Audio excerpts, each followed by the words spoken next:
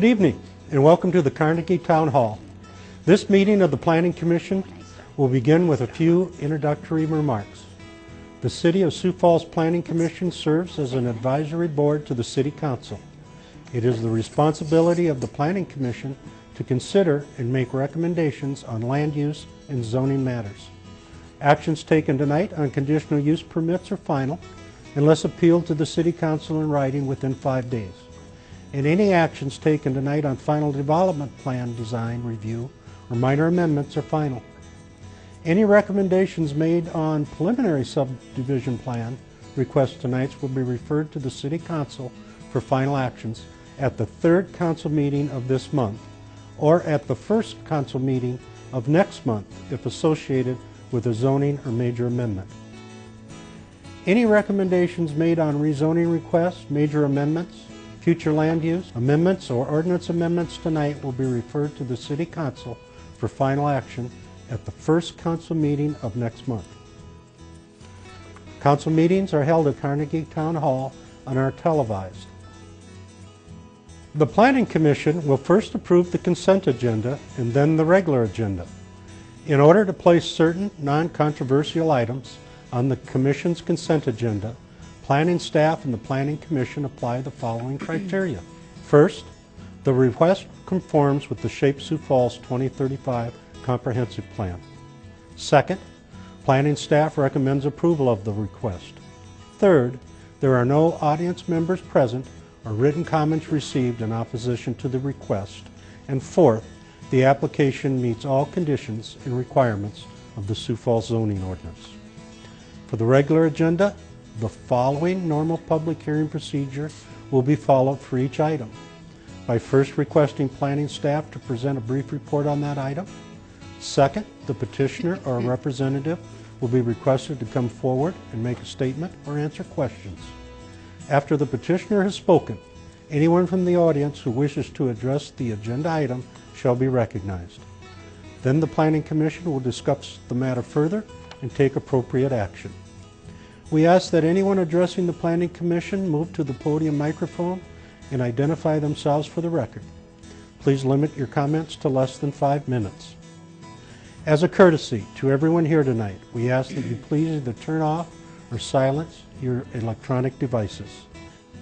This meeting is being telecast on CityLink and will be rebroadcast Friday at 7 p.m., Saturday at 10 a.m., and Wednesday at 1 a.m. Thank you for your cooperation. Good evening. Welcome to Carnegie Town Hall. I call to order this regular meeting of the City Planning Commission. At this time, the Planning Commission will approve the consent and regular agenda. And we will start with a reading of the consent agenda items. Denise, if you'd be good enough to do that for us. Item 1, approval of February 6, 2013 minutes of regular meeting. Item 2, plats. Item 3, 2013-0203 rezone RS2 residential district to the RD residential district for allowed uses at 7100 West Songbird Street. Item 4, 2013-0201 conditional use permit in the RS2 residential district to allow the construction of twin homes at the southwest corner of West 26th Street and South Mary Beth Avenue. Item 5, 2013-0204 conditional use permit in the C2 General Commercial District to allow motor vehicle display and sales at 1201 South Minnesota Avenue. Item 6, 2013-0205 conditional use permit in the O Office District to allow a daycare center at the northeast corner of East 90th Street and South Louise Avenue. Item 7, 2013-0208 conditional use permit in the C2 General Commercial District to allow motor vehicle display and sales at 2331 East 10th Street. Item 8, 2013-0209, conditional use permit in the C2 General Commercial District to allow motor vehicle display and sales at 1300 West 41st Street. Item 9, 2013-0210, conditional use permit in the C4 Planned Commercial District to allow a daycare center at 3300 West 49th Street. Item 10, 2013-0211, final development plan in Sub-Area G, Dolly Farm Village Planned Development District to construct a retail store at the southwest corner of East 18th Street and South Highway 11.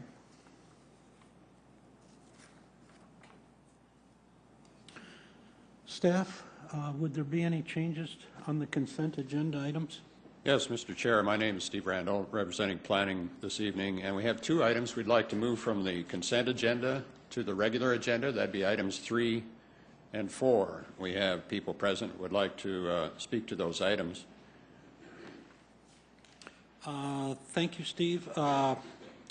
When we make a motion to approve the consent agenda items, it'll be with moving 3 and 4, and we'll take those in that order. We'll take 3 first and 4 second. That's correct. We have one other item that has been withdrawn from the consent agenda. That's item 8. That would have to be a separate motion. All right, thank you. Would there be any folks in the audience here that would like any of the consent agenda items that we've read off taken from the consent agenda and put on the regular agenda?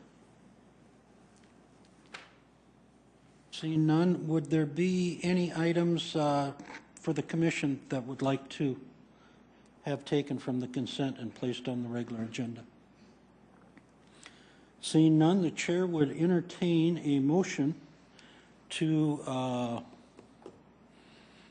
I'm thinking perhaps the first motion should be the withdrawal, and then we can approve the agenda with 3 and 4 being moved. Mr. Chair? Yes, ma'am. Sorry.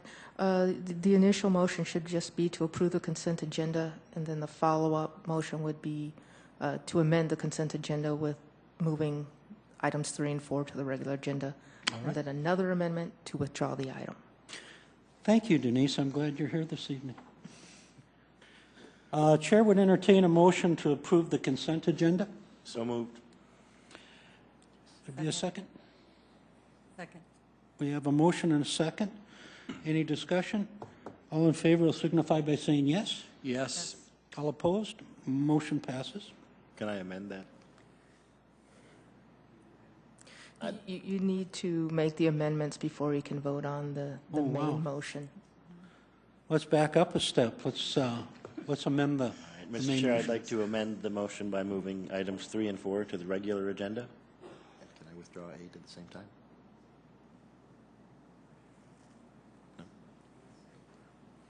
You need, thank you. We have a motion and a second. All in favor will signify by saying yes. Yeah. Now we make the amendment. Yeah, you go ahead and vote on that one. All in favor will signify by saying yes. Yes. Yes. All opposed? Motion passes. Now you can do the amendment to withdraw item 8. All right, then I would make an amendment to withdraw item 8 from the consent agenda. We have a motion. Would there be a second? Second. Have a motion and a second. All in favor will signify by saying yes. Yes. All opposed? Motion passes. I'm afraid to say anything. So let me see. I think what we've done here is approve the consent agenda, moving items 3 and 4 to the regular agenda, and withdrawing item number 8. Now you need to make, now you need to approve the consent agenda as amended. Would there be a motion So moved. and a second? Second. All in favor will signify by saying yes. Yes. All opposed? Motion passes. Whew, It seems like a lot of work for that. it does. If you were here and your item was on the consent agenda, you're free to leave if you'd so choose. We will now move on. Is there a motion to approve the regular agenda? So moved. Second. We have a motion and a second. All in favor will signify by saying yes. Yes. All opposed? Regular agenda is approved. Staff, we will start with number 3 for the regular agenda meeting. Now, before we get started, I'd like to have Denise read that once again. Item 3 is the 2013-0203 rezone RS2 Residential District to the RD Residential District for allowed uses at 7100 West Songbird Street. Jason Bieber, representing Sioux Falls Planning Office. This is petition number 2013-0203, and it's a request by Gary Haar to rezone a parcel from the RS2 zoning district to the RD Residential District to construct a twin home. It's located at the northwest corner of West Songbird and North La Mesa Drive, and it's roughly 0.61 acres. So the abutting land uses, the north, west, and south are zoned RS2 with single-family homes. The east is zoned MH, which is a mobile home park.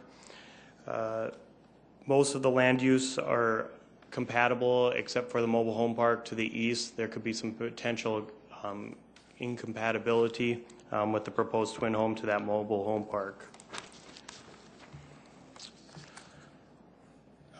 The applicant is proposing to construct a twin home on the lot that is highlighted facing West Songbird Street. They will have direct access to West Songbird Street. The subject property is relatively flat. The lot has double frontage on West Songbird and minor arterial North La Mesa Drive. The proposed rezoning to RD to construct a twin home would be an effective transition from the mobile home park to the east to the single-family homes to the west and north. The submitted plan is complete for review by the Planning Commission, and because the subject application is consistent with the Shape Sioux Falls Comprehensive Plan and the existing residential neighborhood is not adversely affected, staff recommends approval of this request. Is there any questions I can answer for you? Commission, would there be any questions for Jason? Seeing none, thank you, Jason. Is the petitioner here?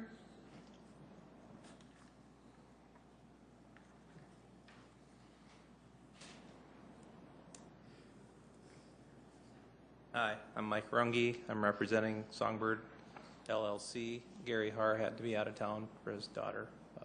She's going to the hospital. So. Would there be any questions for the petitioner in regard to this item? Seeing none, Mike, thank you. Yep. Is there anyone in the audience that would like to address item number 3?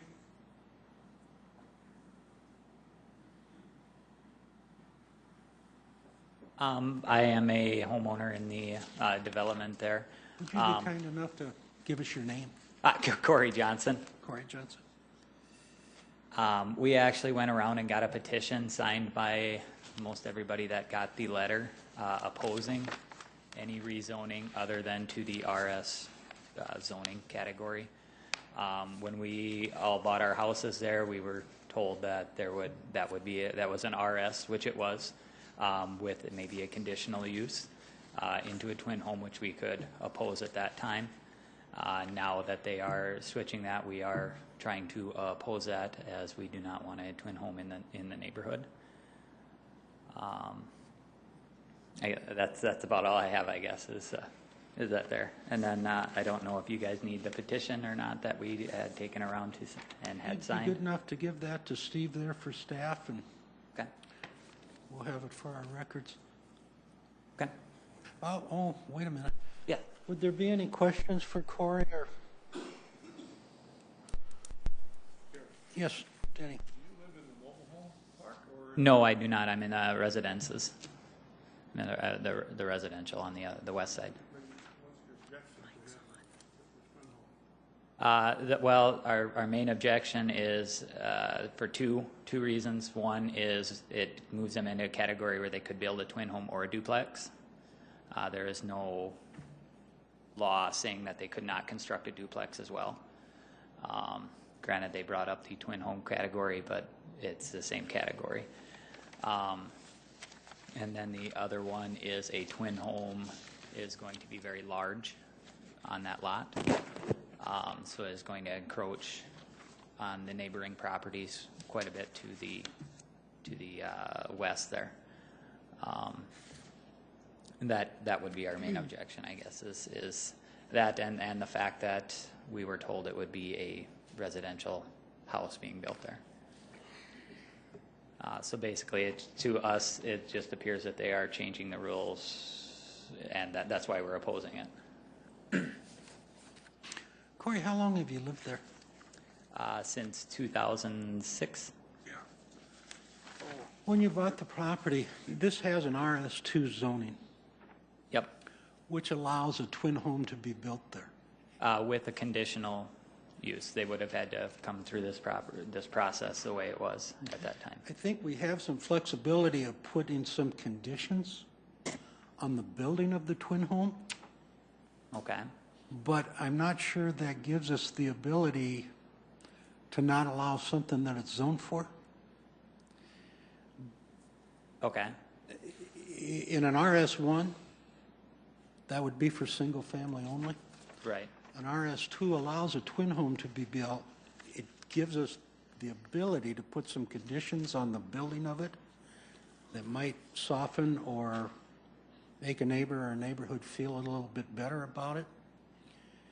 Are there what kind of conditions would you be able to put on it, I guess? Well, you know, within reasonability, I guess anything could happen, but I guess that would be my question to you. Is it just the idea that a twin home might be too big to fit the neighborhood? If it was a twin home is generally going to be too big, either that or it's going to be a much smaller twin home, which is going to draw a different sort of crowd. You know, if you're talking about a 800 square foot twin home with no basement on it.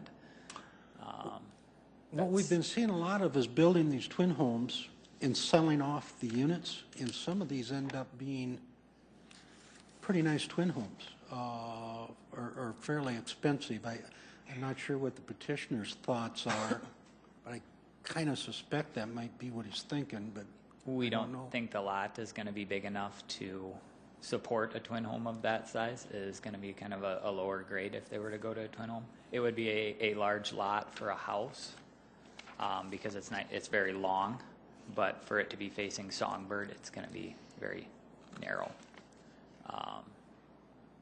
And then the other problem we have with it is even if they construct it as a twin home and it doesn't sell, then they start renting it out. And then you run into all the rental problems with having that, with the parking and everything like that, especially since Songbird Street is basically the only road coming into that Songbird addition. You can rent a house, though, too, Corey. I mean, What's that? you can rent a house, too. That's no different than any other house in your neighborhood that could be rented. You could rent the house, but if you're building a house on that size of a lot, it's probably going to be a fairly decent house. It's not going to be as a twin home. You're going to have a much larger house for the, as opposed to cutting it in half. Potentially, yeah. Yeah. Any other questions for Corey? Corey, thanks for having the guts to come up here and tell us your opinion. We appreciate that. Sure. Thanks. Is there anyone else here in the audience that would like to address item number 3? Could I have staff come back up quickly? On our sheet, it says existing zoning is RC Recreational Conservation District. Is that correct? Or Yeah, what is the existing? I noticed that today it must have got pasted over by a different staff report, so it is RS2. Let me go through that whole section is a different staff report for some reason. I'm not sure why, but the location is northwest corner of Songbird and La Mesa. The legal description is Lot 1, Block 6, Songbird Edition. The square footage is .61 and the existing zoning is RS2. And then the Sioux Falls designation was changed to, and that's residential instead of what they have there, so must have been another staff report or something got pasted in there, so. Justin, can we have clarification too, why if it is RS2, why are they requesting a rezone to RD1 when a twin home is allowed in RS2? They're requesting the rezoning to the RD to get the zoning correct for that twin home instead of doing conditional uses. They want to get it to the RD instead of just having a conditional use on this lot is essentially what he's looking at doing. So I just want clarification because we just had Corey tell us that they were told that it was going to be, that it was RS1 essentially. RS2. It is RS2, Yep, right. correct. But they were told that it was going to be single family when the reality is it always could be a twin home. Correct. A twin home could be built there with a conditional use permit. But So he's he going can for the either do rezoning. this, get a rezone to RD and we're good, or he could leave it at RS2 and come in with a conditional use permit. Under He's the got current some ordinance, options. yep. Yes, Yep. exactly. We thought the rezoning it instead of doing the conditional use is the more appropriate way to go on this corner lot, so. But I just want to clarify Sure, that yep, it's he could do always been either. available to be a twin home, Yep, as it is a buffer between the mobile home park to the right, and then, as you said, single family to the west. Yep. right, exactly. And La Mesa is a minority collector, Minor minor arterial, collector. Yep. Okay, thank you. Jason, if they were asking for, I look now, this is a complete rezone, not a Correct. conditional use on the RS2. If it was a conditional use permit for the RS2, they would have to show us a plan? They would have to show They us would have what they were probably gonna do? submitted one, and I think the applicant didn't submit one because he doesn't know exactly what kind of a twin home or which way he's facing it for sure to build it. I don't think he has plans exactly that he's going to build it. I think he's trying to get the rezoning in place to do something down the line. If we rezone this to RD, depending on the size of the lot, they can do more than just a twin home, can't they? They could do a twin home. They'd have to get a conditional use to do anything more under the current ordinance. Okay. Thank you. Thank you. Yep. Thank you, Jason. Is there anyone else here that, yes, sir? Hi there. My name's Larry Molinix. I've lived on the property on Whitney since '05, and we were told when we built our house there that there would be nothing there behind us. And we've always tried to buy that land, but they wouldn't sell it to us. Now, there was supposed to be a church built there. That's what we were told. And then they backed out for whatever reason. So to see a twin home there now makes no sense to us. And there's no other twin home in the area, and most twin homes, there's like a bunch of them. And we just think it's going to bring down our property value and block views, and I mean, it's going to change the whole way that the neighborhood looks. Okay, I appreciate that. I can't tell you how many times we have meetings like this and people say, hey, we were told something. Yep. And what we look at is, okay, what's the zoning? And at one point in this whole development, someone got that zoned RS2. They are asking for a rezone on that right now from RS2 to RD. Okay. But the RS2 allows them to build a twin home there. And that's where I see just a little issue with this. What the conditional use allows us to do is to ask the builder to do some things that might make it more acceptable to you or make a little bit more sense. And that's what I'm just struggling with a little bit here. I'm sorry you were led to believe something at that time, but we don't know how those things happen. Right. It seems to happen a lot. But look at our lot. I know. I'm the lot that goes like this. That's ridiculous. I mean, they should have been, they should have allowed us to either go, straight. I mean, I had to build my fence differently. I mean, there's different things we had to do because of what they did to the lot. I wish we had a plan where we saw what they were going to do, but it sounds like they don't have that yet, Larry. Right. Well, originally they said that Runge or whoever was building there there was going to be a church there. And for 8 years now, we've dealt with the same thing until just now on the twin home. So why don't they just build a regular house, and be like the rest of the neighborhood? Plus, it's not really a lot. I'm not sure how they're even going to face or, what they're going to do. So, Appreciate you sharing just our those thoughts opinion. with us. Thank you. Any questions for Larry, guys? Thank you, Larry. Thank you. Anyone else that like to address item number 3? I have one more. Yes, sir. I did find it interesting I did find it interesting when she brought up the point that it was originally in the notes, as in your guys' cards, as a RC unit. Because when we bought, they told us it was supposed to be a park back there. So. And that's just a typo on it's nothing to do with how it was. It's always been RS. Okay. It's human error on our part. This spot on the little sheet she's talking about also talks about a property on 69th Street. What's that? The spot in our notes where it says RC also talks about property on 69th Street. So, I mean, that whole section was a completely different area.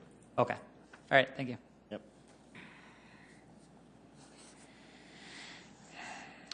Anyone else? Chair would entertain a motion in regards to item number 3.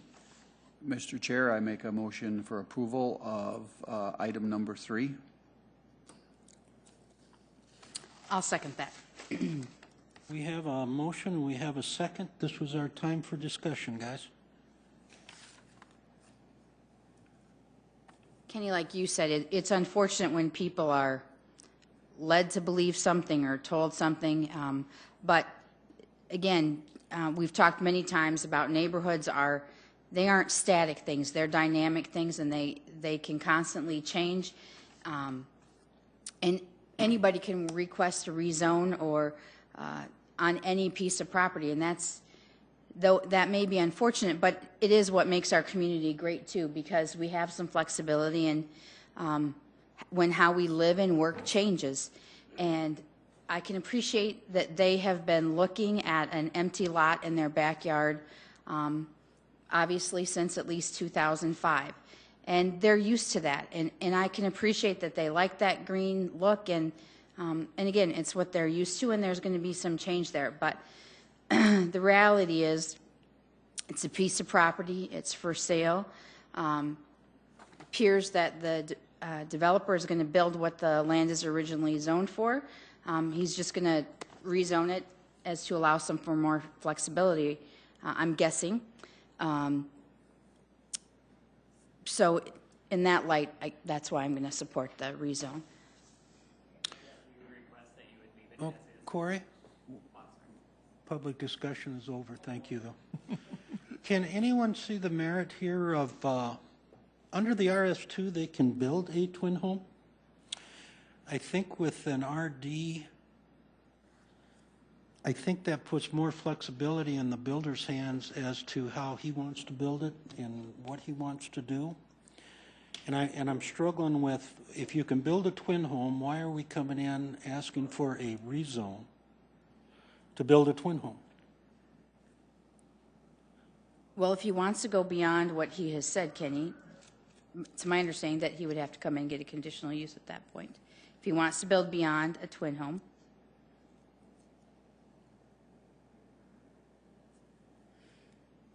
And I'm not going to second guess what his motives are. Mm-hmm. Just some thought. Mm-hmm. It's certainly easier to approve a conditional use typically than a rezone. And that's...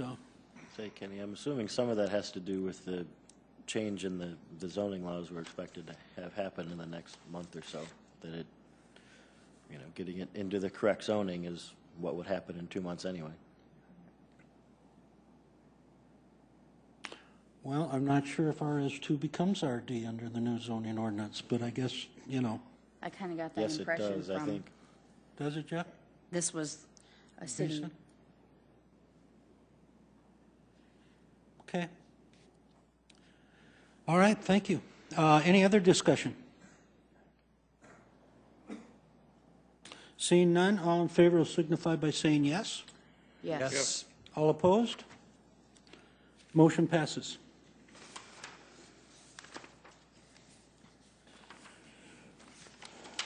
Denise, if you'd be good enough to read item 4. Item 4 is 2013-0201, conditional use permit in the RS2 residential district to allow the construction of twin homes at the southwest corner of West 26th Street and South Mary Beth Avenue.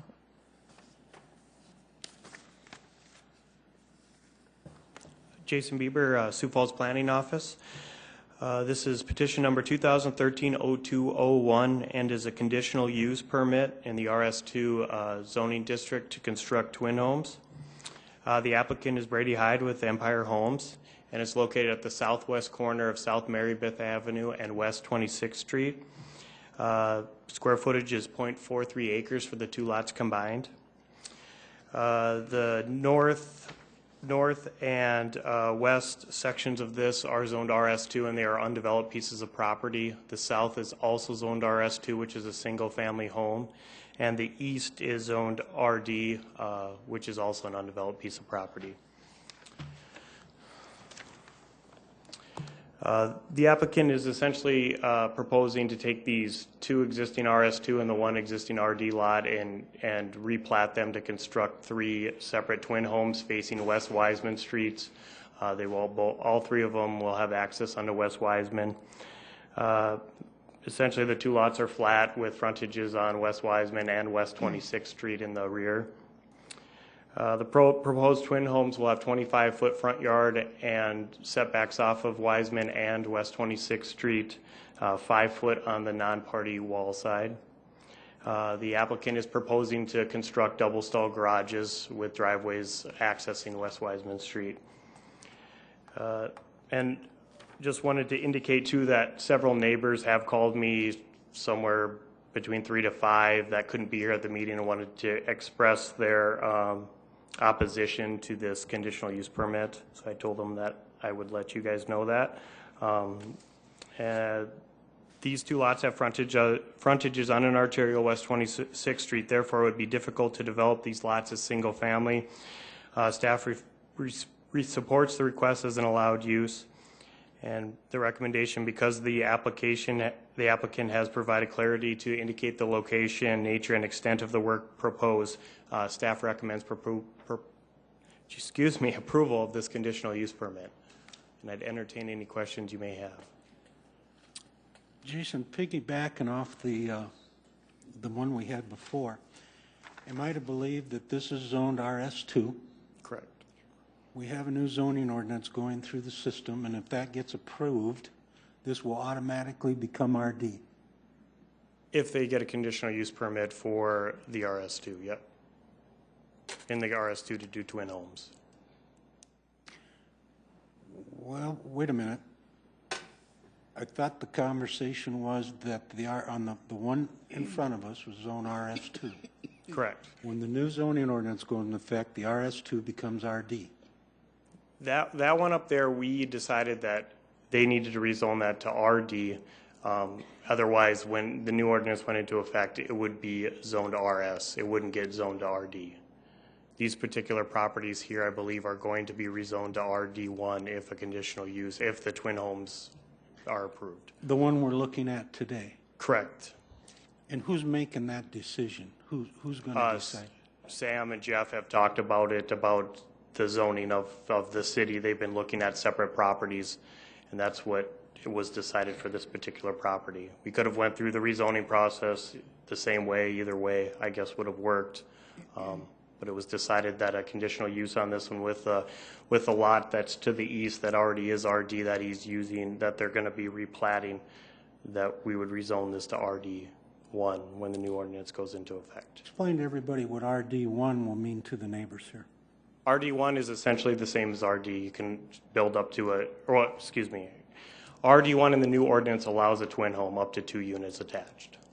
And at that point, it's as simple, once that is in place, as going down, getting a building permit, and you could start building it the next day. Correct, on these two lots. If you guys approve the conditional use, he could go next week and get a building permit to construct a twin home.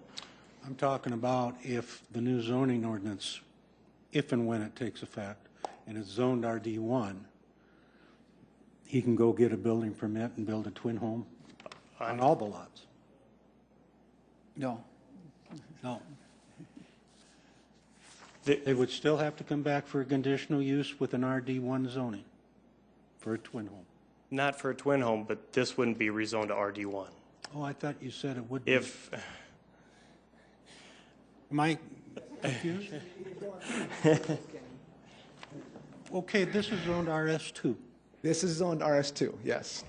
And if you approve the conditional use, then you're going to have the allowance on these two lots to build twin homes. Okay. Okay, so once there's an allowance, then we will go ahead and zone it RD for an allowance for twin homes. That's it. If and when the new zoning ordinance were to take effect, Correct. what will this, let's say this stays RS2, what will the zoning then become on that? Let's take the lot beside these two, with nothing going on.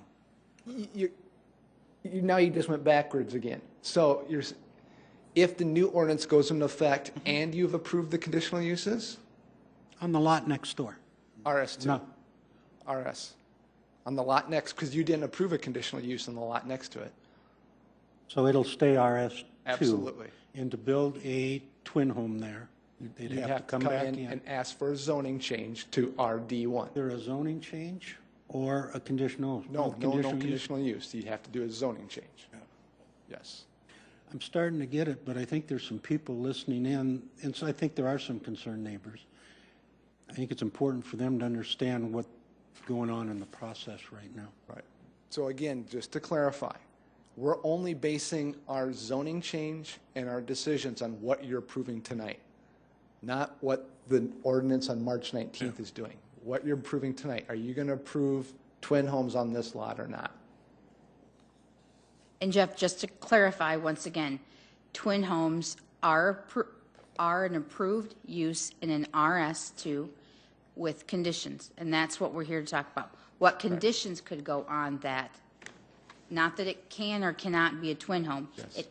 It absolutely can be a twin home because that's an allowed use. Correct. Now we can talk conditions that would make it amenable. Correct. But aren't we just talking about replatting two lots? That's what we're talking about, is replatting a couple Two of lots into 3 lots to build Into three three separate- lots. Correct. Okay. And then, so we need to make sure our staff reports are right. Because it says replat to construct 2 twin homes. Okay. And so that was a question in the informational meeting that I asked, was this 2 or 3? And was there one next to it already? I was with the understanding that there was one next to this, one already built. To the east. To the east. There is one to the east already, and he wants to put 3 on these two lots. Okay, I'm just Yes. clarifying Yep. that because it's not how the staff report reads. Okay. Okay. Thank you, Jeff. Yep. Is the petitioner here? Brady Hyde with Empire Homes, and I'm the petitioner. And Steve, I guess I'll touch on your point just a little bit. What we have right now on the, if you're looking at this exhibit, on the far right, on the far east lot, that lot currently has a frontage of 115 linear feet. And so our intention then is to take the 2 single families that we have highlighted there and combine them with a replat to do 3 twin homes. And so it would be a total of almost 225 linear feet versus the approximately 115 now with the replat. So, and there is an existing building on the easternmost lot here, lot 1, block 7. There is not. There is. Oh, there is. An Okay. existing, yes. All We're in right. the process of constructing that now. Okay. So, any questions for me? Brady, you're building these for resale? Yes, the one on the right, be perfectly clear here, the one on the right is we are building that for an investor, and they will likely rent that one. The 2 that we are petitioning for, those will be for resale.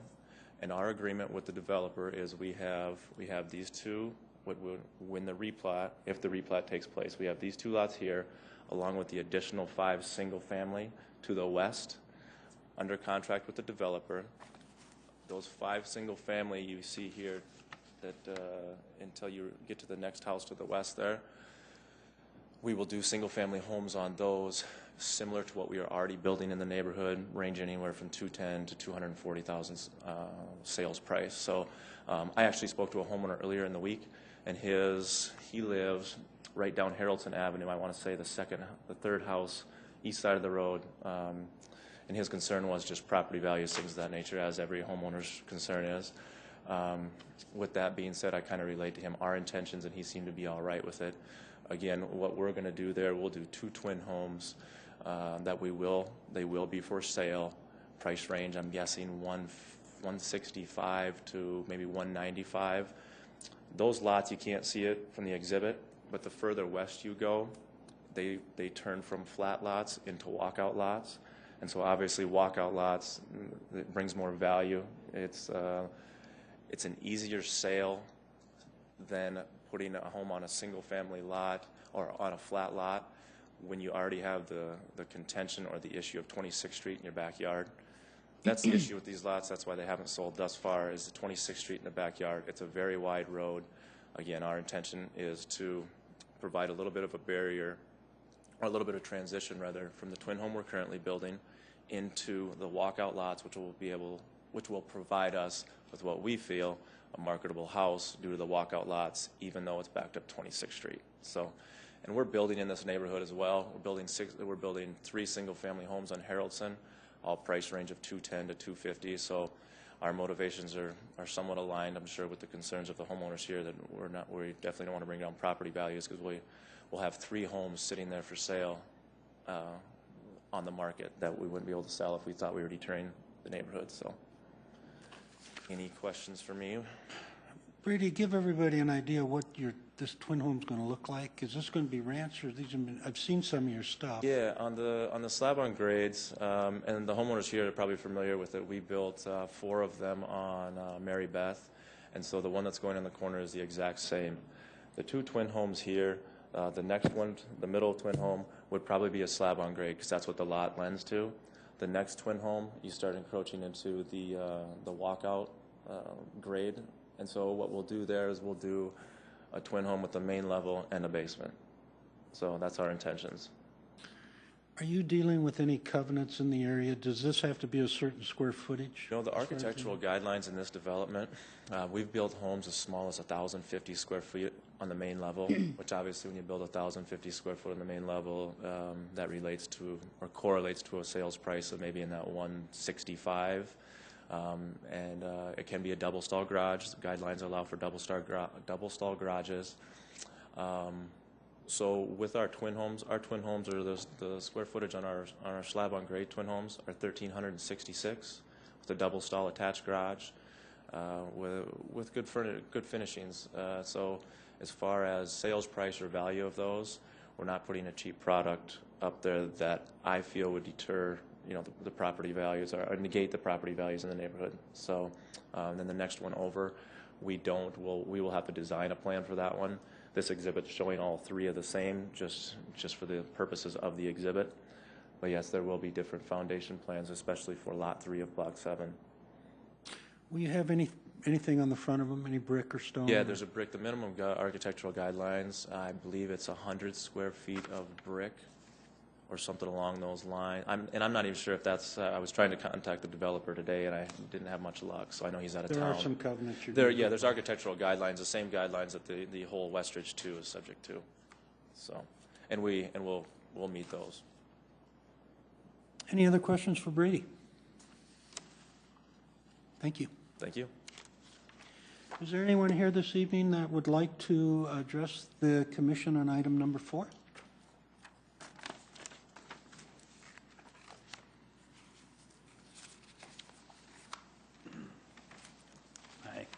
My name's Jeff Rendy, and I live at 1900 South Haraldson. A little bit about my past here is I used to own a house at 2025 South Mary Beth, and when we bought that, it was directly across from some they're not twin homes, they're like townhomes, I guess you call them. And there, with me and my wife, we experienced heavy traffic. There was always cars parked in the street. There was always people coming in our driveway, turning around, using our driveway as a turnaround. Granted that, you know, my house faces the other way than these. I am here speaking on behalf of our few of the people in the development. They're back here, sitting in the back row. Would you folks be good enough to stand up so we see who's here from the neighborhood? Thank you. You know, we moved from that home to the home we're currently at just to get away from the extra traffic so that, you know, our kids can play outside. We ain't got to worry about all the cars.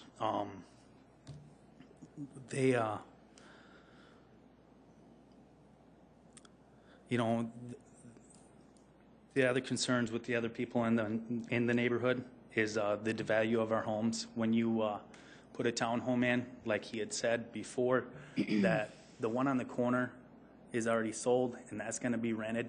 There's nothing, it was said earlier tonight, that's going to stop the other ones from being rented. The one developer has already bought all of the ones on Mary Beth. He's bought the one on the corner. So the other ones, I mean, the writing's on the wall, in my opinion, that these will turn into rental properties. There's not going to be people that will purchase them because that guy's going to buy them before anyone else gets a chance. The other concern is the high traffic. You know, when I bought my lot, we just moved into my home in December. And when I bought my lot, I had asked, and I called down to the city and I had asked them, I said, what are them lots zoned as? And I was told that those are supposed to be single family lots along there, with the exception of that one lot that they built the twin home on. And for that to be a buffer, I think that is enough of a buffer to come into that lot. And for them to start building, they do build nice homes. For them to start building their homes there is what we would like to see, instead of adding 6 homes in an essence of 3 lots right there. You know, and I understand, you know, that the backside of their lots face 26th Street. That has always been 26th Street though. This isn't new to them. You know, when I bought my lot, I was expecting to have single family homes across the street. And now it's turning into twin homes. I do have, you know, a plot of the people that weren't able to make it. Some people weren't home on this, but it's a list of the homes that do oppose the conditional use permit to build twin homes. And I do have a copy of people's signatures and stuff, if you guys like to see that in the development. So it's just not a few of us that have the concerns, it's everyone in the Westridge 2 addition. I think 99% of the people that we talked to had concerns with this and didn't want to see them turned into twin homes. So, you know, and the other thing is when they turn into rental properties, who's responsible for the upkeep? I mean, when are they, you know, there's added garbage, there's added traffic. You don't know who your neighbors are. Right now, we get to know our neighbors. We enjoy that in our development, and we take pride in that, to where we walk around, we meet them. If they turn into rental properties, you know, every 6 months you're going to see a moving truck. Every year, you know, someone's going to be coming and going. So, Jeff, to make a comment on that, same one I made on the last item, any house in your neighborhood, they can rent their home. Absolutely, and I understand that. And the thing I say to that is, with our homes, you're not taking 6 of our homes and putting them on 3 lots, though. That's, you know, one of the biggest concerns is the added traffic, the cars parked in the street all the time. But I do understand that any home is, I could rent my house tomorrow, and I understand that. Jeff, we're kind of damned if you do, damned if you don't. The zoning is on it. It's currently RS2. And one of the things we're hoping to accomplish, we've talked about a new zoning ordinance. Mm-hmm. We're trying to create a map that you as a homeowner or potential lot buyer can pull up on the internet, where you can just kind of say, hey, what's the color on this? And no, I didn't talk to so-and-so, or so-and-so didn't tell me this, but where it'll show it and give you an explanation of what can be there. They're trying to work towards that. I don't know if we can say, no, you can't have a twin home.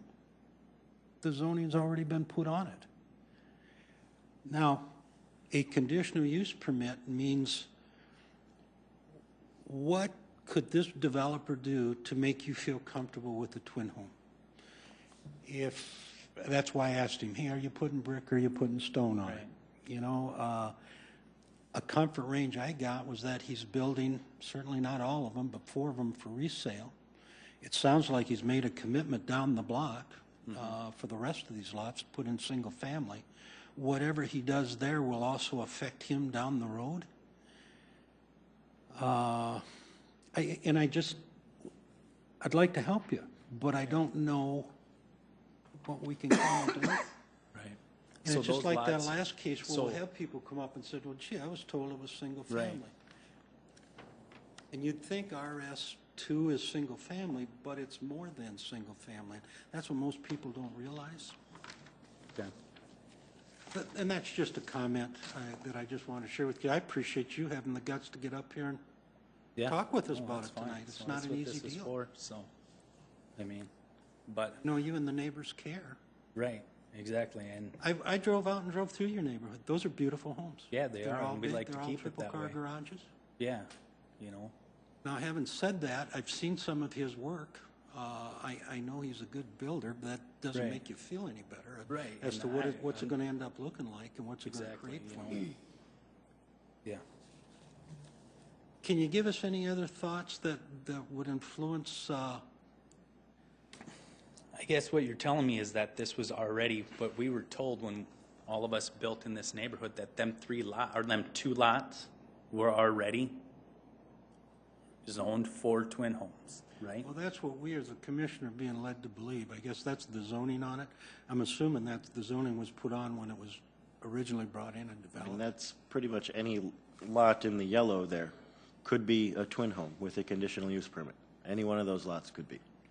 So what prevents anyone from buying them other lots and doing that? I mean, other than him saying tonight, you know, and turning all them lots into twin homes, there's nothing that we can do as a, He would Is that have correct? to, he would have to come back for a conditional use permit.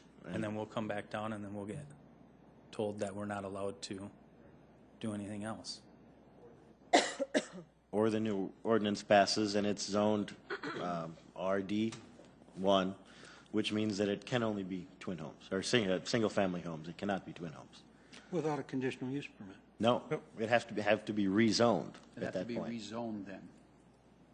So going, Wow, okay, so if the new ordinance goes in, it's RD1 and it's for single family only. I'm sorry, I thought what you just said. Just forget about the new ordinance. Let's work on tonight. It can be, Okay, it can have conditional So- use on it, Kenny. right now, we're talking about today. And all those yellow lots, they have to come in and do a conditional use. And he's very frustrated because he didn't understand that all the yellow can get a conditional use. And that's what Kenny explained very well. Okay. Now, hopefully, in 2 weeks, City Council will pass a new law that says in the future that yellow can't get a conditional use for a twin home, but they'd have to come in and change the zoning and turn it to orange. No conditional use, they'd change it to orange and you'd be RD, and then you can get a building permit for a twin home. Conditional uses go away because he's frustrated, they're frustrated. We don't want conditional uses, we want zoning actions where you can say, I can approve this or deny this, not with conditions. Say it goes into effect in 2 weeks. Yes. Brady wants to build some houses there. He's free right in 21 to go ahead and build the houses on the RD. He does not have to come back in here to finish this out with houses. You keep flipping back A and house forth or on me, Kenny. twin home? On which ones? Houses. On which Houses. ones do you want to talk about? And Brady can build houses on any of these, yes. On the 2 that we're talking about right now, if Brady gets a conditional use, he can build twin homes. On the ones to the west, the ones we're not talking about, he would have to, at that point, he could not build twin homes. That's what they want comfort. And I think that's important to them. No, we're not Right. talking about it, but if this is approved, as a neighbor, they're going to go, well, gee, are they just going to go completely down the block with twin And they homes? can't, Once the new ordinance is, once the new ordinance is passed. unless they come in and ask for a rezone. Correct. It's not that they can't. Right. The zoning can change if they come in for a rezone. The difference is in a rezone conversation, we don't start out with, it's allowed with conditions. That's correct. And let me also just add here, it's always so unfortunate when we get to this point, but when you have an arterial collector street, which 26th Street is, and we have them all, 26 is really all across Sioux Falls. So how our zoning has worked up till now, and that's exactly what we're talking about, is that we allow for transitional from an arterial collector to full residential. So that is an RS2 zoning, twin homes. Some cases it's apartment buildings. Some cases it's triplexes. It just all depends. But this particular one is RS2. He's looking for twin homes. So that, as we have our zoning established today, we have determined in neighborhoods across Sioux Falls that that's an appropriate transition between single family. And as you can see, when this whole area was developed, there's a lot of that possibility of some transition between the single family and the arterial collector. So again, it's unfortunate that this is the situation that it is, but and it's always better when the arterial lots are developed first, the lots that back up to the arterial, and the single family comes later, but that's not the situation we're in tonight. We're in a situation where this is an approved zoning, an approved building within what it's zoned today. I can appreciate your frustration, but really, there's not much we can do at this point. It is an approved zoning, and we can put conditions on it, but it's allowed under the zoning as it is today. All right. I think what gets frustrating, and I speak for myself, I think all of us, is when we hear, gee, I'm told it was single family. Right. And there's a lot of zoning that allows single family, but also allows some other things, and people don't realize, understand, or research it, or are told incorrectly. Yeah. And I think what we're hoping with this new zoning ordinance is to make that more transparent. At least that's our hope. Yeah, that'd be helpful because, I mean, because you could have researched it before you built your house. Yeah. Right. You know, I mean, yeah. So, I mean, there's an empty lot next to my neighbors. I mean, so that's all in yellow. They could put a twin home there too. I mean, in between today two homes. they could. On the current law. On the way that sits right there, that's the way they could do it. They could. Okay. All right, well, thanks for your time. The other thing we're saying is it March 19th, City Council's voting on that? You should come out and tell them they should support that new zoning. Absolutely. I think I might be able to make that, so. Good. Don't hold your breath. And we'll stand right beside you, tell them that they should too. Yes, we will. Exactly. That would save a lot of frustration. Well, thanks for your time tonight. Jeff, I'm sincere when I say thank you for getting up and saying, and thank you folks for coming out and supporting him. I hope this clarifies it a little bit with some of the things that we have to kind of follow. Yep. And this is the process, so we absolutely do want to hear from you. And if there's anybody that has anything different to say than what you have said very eloquently, Jeff, we do want to hear that too. Mm-hmm. Yeah, and I appreciate it, so. Thank you, young All right, fellow. thanks, you guys. Is there anyone else here that would like to address? Yes, sir.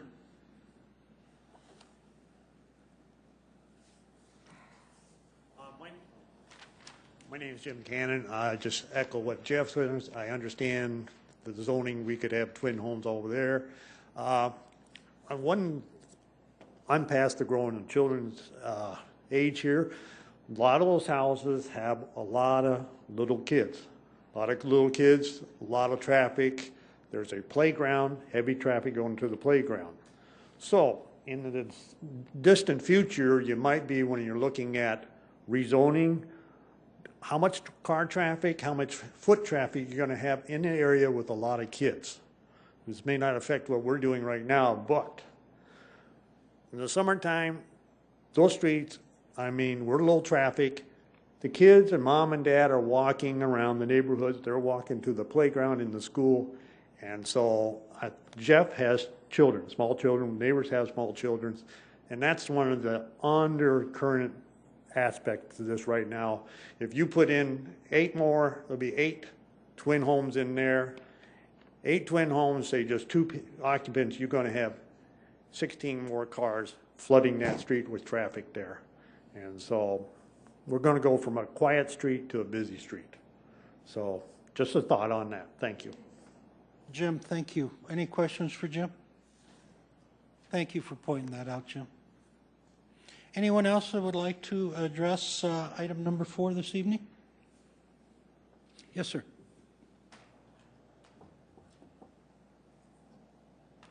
Hi, I'm James Grosjean. These lots aren't very good, and the developer who have developed it knew that. So when this comes up again, the developer should be putting something up there first so the people that are buying know what they're buying into. This is the tail end of that development, and they can't move it. They don't want to pay the taxes on that property. So let's change it and put some twin homes in it. So in the future, this should be looked at. And every development's got lots like that. You shouldn't wait till the end when everybody invested and say, hey, we got to do something here. James, thank you for pointing that out. We see a lot of it. I hear you. It's everywhere you look. Thank you. Anyone else have any questions or comments in regards to item number 4? Brady, you got something else for us? I do.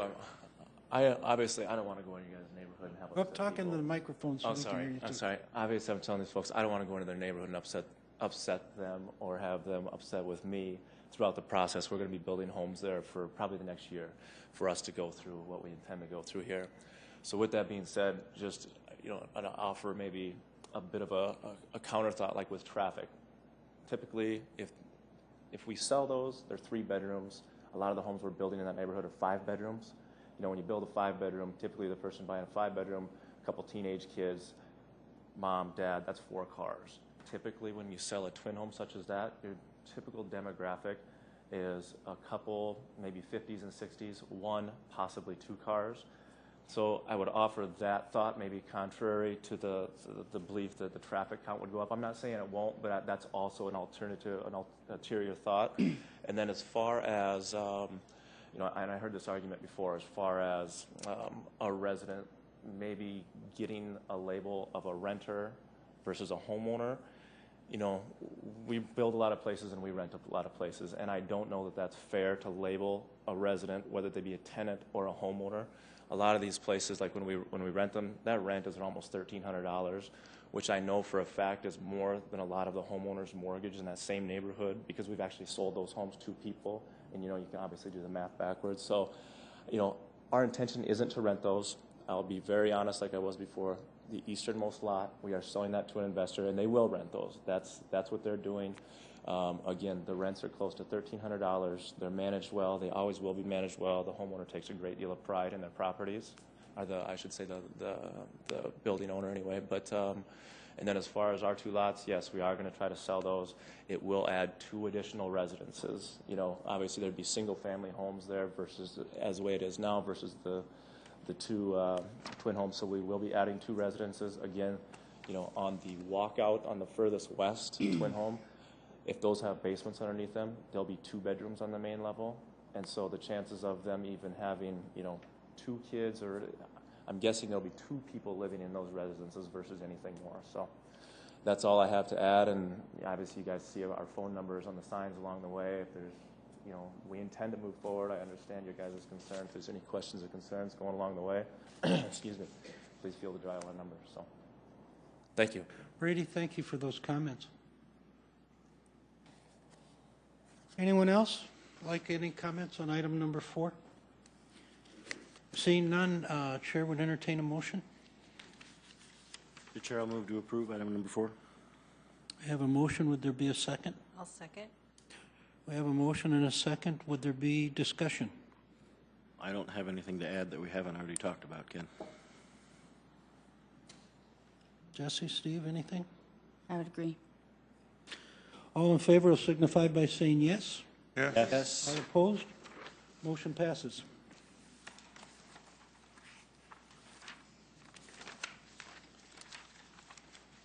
Denise, that brings us to item number 5. No, or even 11. Item 11. Oh. An ordinance of the City of Sioux Falls, South Dakota, amending the Code of Ordinances of the city by amending Chapter 37, Taxation of the Ordinance. Thank you, Jeffrey Schmidt, representing planning staff on this item. The downtown area has a business improvement district, and as we're moving forward with the upcoming shape places, the new zoning ordinance, we're making sure that all the related zoning ordinances, or excuse me, all the related ordinances in the city codes reference the new zoning classifications. So in the bid, you can see the current zoning districts and the new proposed zoning districts. We're just making sure the zoning now is going to match up if and when in 2 weeks this proposal goes through. Planning staff and planning commission, you've already seen shape places and you've moved it forward to city council. So now this would go forward to city council again after March 19th. So there's not there's a delay in when this would get to city council also. Thank you, Jeff. Would there be any questions for Jeff? Is there anyone here this evening that'd like to address item number 11? Seeing none, Chair would entertain a motion. Mr. Chair, I make a motion to approve item number 11. Second. We have a motion and a second. Any discussion? All in favor will signify by saying yes. Yes. All opposed? Item number 11 passes. Item 12, 2013-0206, rezone A1 Agricultural District to the RS2 Residential District and RC Recreation Conservation District for allowed uses at the northwest corner of West 12th Street and North Ellis Road. Jason Bieber, Sioux Falls Planning Staff. This is petition number 2013-0206. It's a rezone from the A1 Agricultural District to the RS2 Residential District and the RC Recreational Conservation District. The applicant is Steve Van Buskirk with Buskirk Companies. And the purpose of this rezoning is to construct a single-family residential development. The general location is at the northwest corner of West 12th Street and North Ellis Road. The legal description is a portion of Track 1 of Lakeside Edition. And the existing zoning when this is annexed into the city was A1 agricultural. The applicant is proposing to rezone about 118.5 acres into 2 zoning districts for the purposes of single-family residential development and private lake. The proposed 118.5 acres was approved for annexation at the February 19th, 2013 City Council meeting and will become effective on March 14th. Breakdown of the existing and proposed zoning districts. Right now, 118.5 acres of it is A1 agricultural. The applicant is looking at zoning 47.9 acres, one large lot in the RC Recreational Conservation District, and that would be for the private lake area. And then he is looking at proposing 70.6 acres, roughly 159 lots, in the RS2 zoning district for single-family homes. The RS2 zoning district will accommodate the applicant's proposed 159 single-family residential lots. And the RC zoning district will accommodate the private lake and recreational area to the north of the proposed lots. The submitted concept plan indicates 2 accesses off of West 12th Street and 1 off of North Ellis Road. These access permits will need to be submitted to the authorizing agent for review and approval or denial. The subject property slopes down from the south to the man-made lake on the north. Portions of this property are located within the special flood hazard area. A LOMAR will be submitted by the applicant to FEMA in conjunction with the engineering plans. The proposed rezoning of the RS2 and RC to construct single-family development would be an effective use for this property. The single family is the first phase of the proposed mixed-use development. Phase 2 will consist of higher density residential and commercial uses as it transitions to the corner of West 12th Street and North Ellis Road. The proposed development is consistent with the 2035 comprehensive plan, and the submitted plan is complete for review by the Planning Commission. Because the subject application is consistent with the Sioux Falls comprehensive plan and the proposed single-family residential development provides a transition from the higher density residential and commercial uses planned in the phase 2 of this development, staff recommends approval of the rezoning.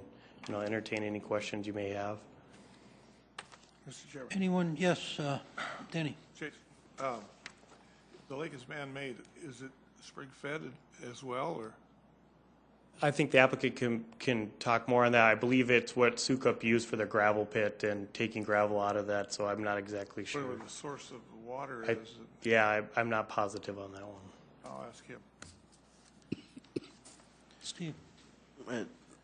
Jason, and we're only talking about the RC, that's the lake, and kind of the western RS2 portion at this point. The zoning is going to stay A1 ag, at least right now, for kind of the southeast corner of this area, right? Correct. This was going to be, they were going to rezone that southwest corner to the POPUD, but with the delay of the zoning ordinance, they want to get working on the single-family homes, which is their first phase. So they wanted to go forward here, and then once the zoning ordinance becomes effective, they will come back through and rezone that southwest portion. Great. So for tonight, we're only talking about the other two areas. Yep, just the single-family area and then the recreational lake. Yep. Perfect. Thank you. Yep. Any other questions for Jason? Thank you. Is the petitioner here this evening?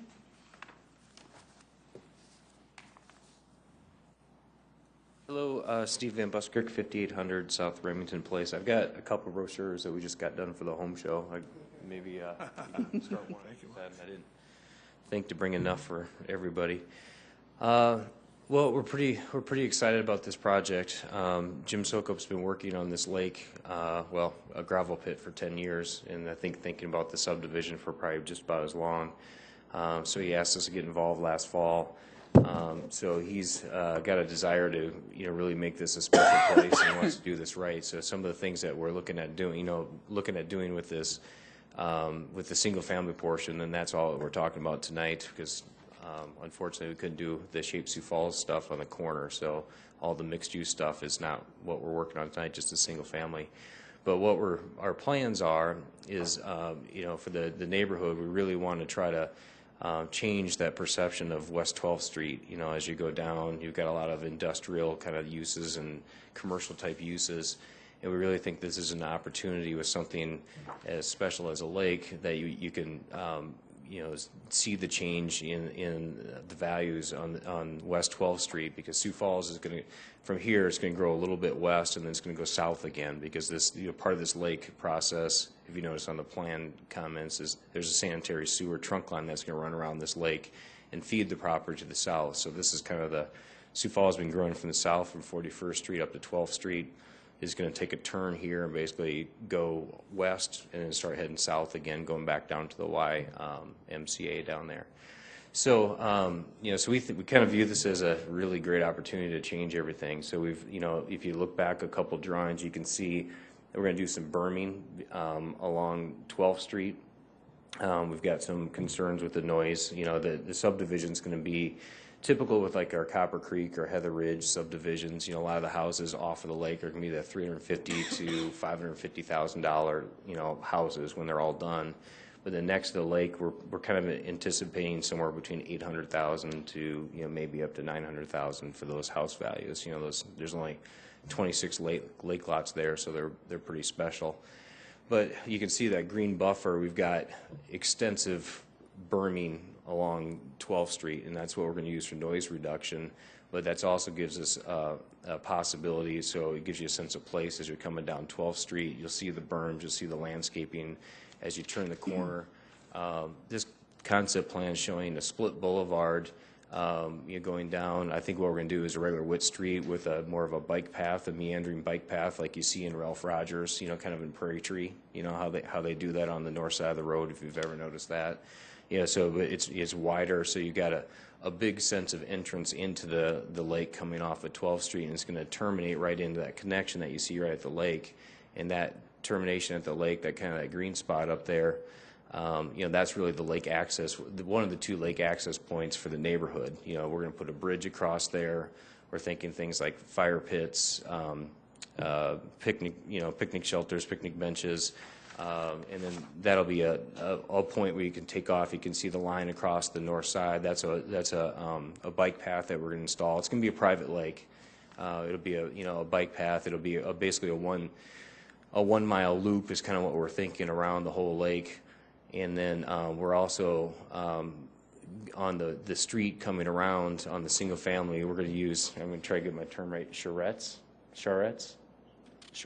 They're, you know, we're going to you paint, you know, bike symbols on the ground, like on West Avenue next to Shopco. You know, try to slow people down. You know, so we're going to try to use the road more of a, you know, pedestrian pathway too, to slow people down. You know, so we're going to try to create that continuous loop around the lake.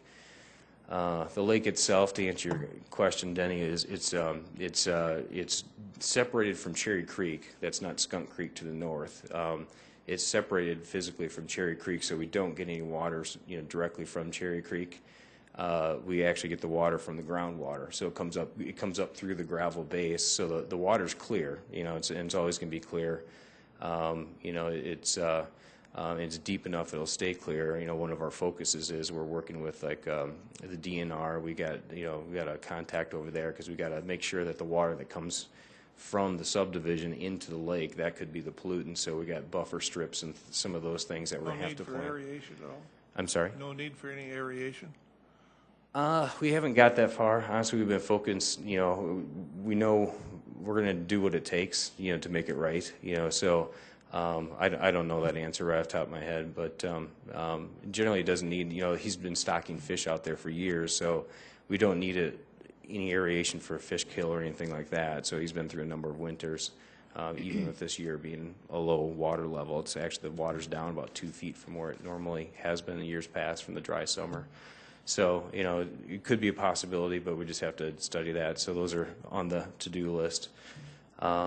So I think, you know, the single family, you know, generally, you know, walkouts and flats because there's quite a bit of fall there, more than you'd anticipate going down. So it'll be walkout lots backing up to the lake. And then, you know, we're having a bike path, you know, in between, kind of halfway in that block, you know, so people, you know, kind of create some circulation patterns and pedestrian pathways. You know, the rest of the property, you know, we'll talk about that, I guess, when we come back. You know, we're going to wait until after Shape Sioux Falls comes, but, you know, we're anxious to get going. We want to have lots available, you know, mid-August or, you know, early September for fall building. And so we just decided to concentrate on the single family only, and we'll come back in and talk about the corner in a month or two. So I don't know if you had any more questions. Sounds pretty exciting. Yeah, it really is. It's really, I've, you know, been doing development for a while, and I can't tell you how many, you know, we had that one article in the Business Journal, and everywhere I go, people are stopping and asking me about it, and they're asking Jim Sokup about it. So there's a lot of excitement about something of this caliber on the west side of Sioux Falls, you know, and it's just unique. You know, it's going to be a long, you know, the last lake, I guess, was Coval Lake, you know, so it's been a long time since we've had any sort of development around a lake in Sioux Falls, so it's fun. And, you know, it's taking some extra work. You know, we're going to have to, that lake's private, so we're going to have a homeowners association, so we're doing a lot of research as far as what are good rules and bad rules, and you know, trying to sort all that stuff out. So it's gonna, we're still, that's kind of an in-process kind of thing, but we're sorting it out. This probably has done it, but how deep is that lake? Any idea? I knew you were going to ask, and I almost said before, but I can't quite remember, to tell you the truth. It's I think it's right around 35 feet deep. Yeah, so it's pretty deep. So, but he's He's dumped rocks in at a couple different locations, so he's got structure down there, so he knows where the good fishing holes are, I guess. So. It's going to be catch and release. And someone told me today, you think someone who catches a big fish is going to release it, you're dreaming. But that's what we're thinking, catch and release. Steve, there appears to be 2 lots in this development that aren't owned by you. Are those, is that bare ground? And I That's correct, yeah. And Jim's been in contact with, yeah, you see that it's A1 zoning. There's one right by the entrance and the one next to it. We've been in contact with both of those homeowners, and our intentions are to buy those lots, and those are proceeding. Actually, we got very close in the one by our entrance that you know, they're trying to get some estate planning things done, you know, so it's kind of a legal wait in that period, but we're pretty close, and the amounts agreed upon, so we're working on those. We want to incorporate them because it would be a better fit, but we also designed it. You can see we kind of designed our plan around, so we got some flexibility. You know, just so happened, you know, those access road, like the big, you know, the Lakeside Drive, which is the Grand Boulevard coming in, that one's at the half-mile line, so it just so happened that those worked out. And then we also changed our access point on 12th Street to the quarter-mile location, and that was based on some feedback, some early feedback that we got from traffic engineering. We still have to work through those access points, but you know, those are really dictated by you know, city and county. It's a county road, so there's a lot of people with opinions on where we should be along there. But you know, this is generally in conformance with, you know, the design standards. Thank you, Steve. Would there be any other questions for Steve in regard to this particular item? Thank you, Steve. Is there anyone else here this evening that would like to address item number 12?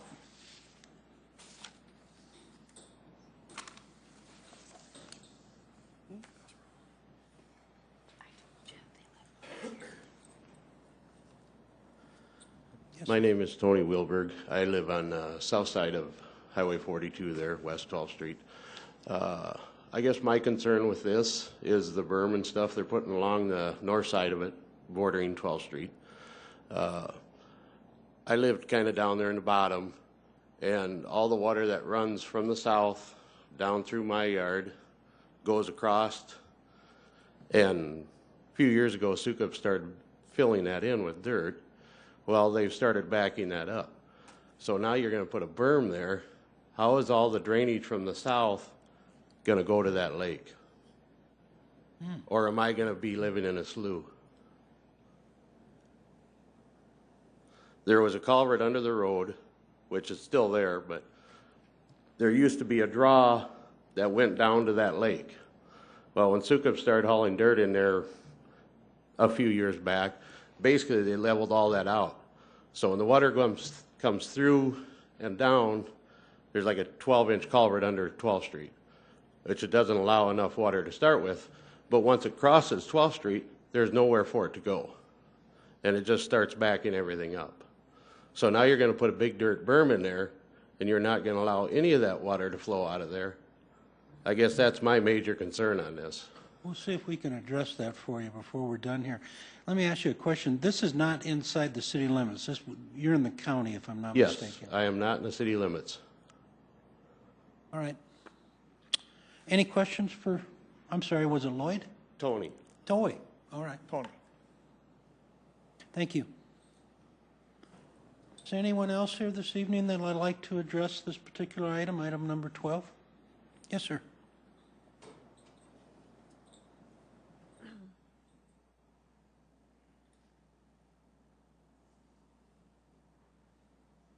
I'm Jeff Entringer, and I'm also kind of concerned about the berm. We've been looking out there for years, seeing deer, geese, whatever. Now we're going to sit.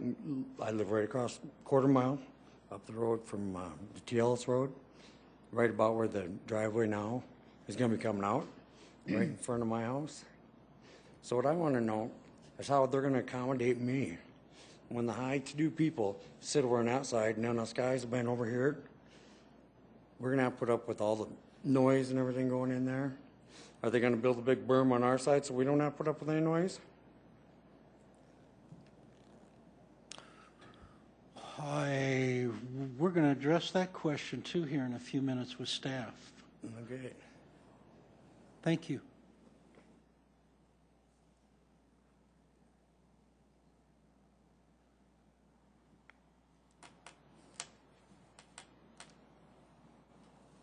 I'm Lucille Langdon, 3900 South Orchid Avenue, but we own the land to the south of there, and we have a body shop, a car repair shop, used cars for sale, and the city let the people to the south of us build apartments, which we've had nothing but trouble with. Are we going to have trouble with these guys now, too? Once they build these $1 million homes down there, that they're going to want us out of there?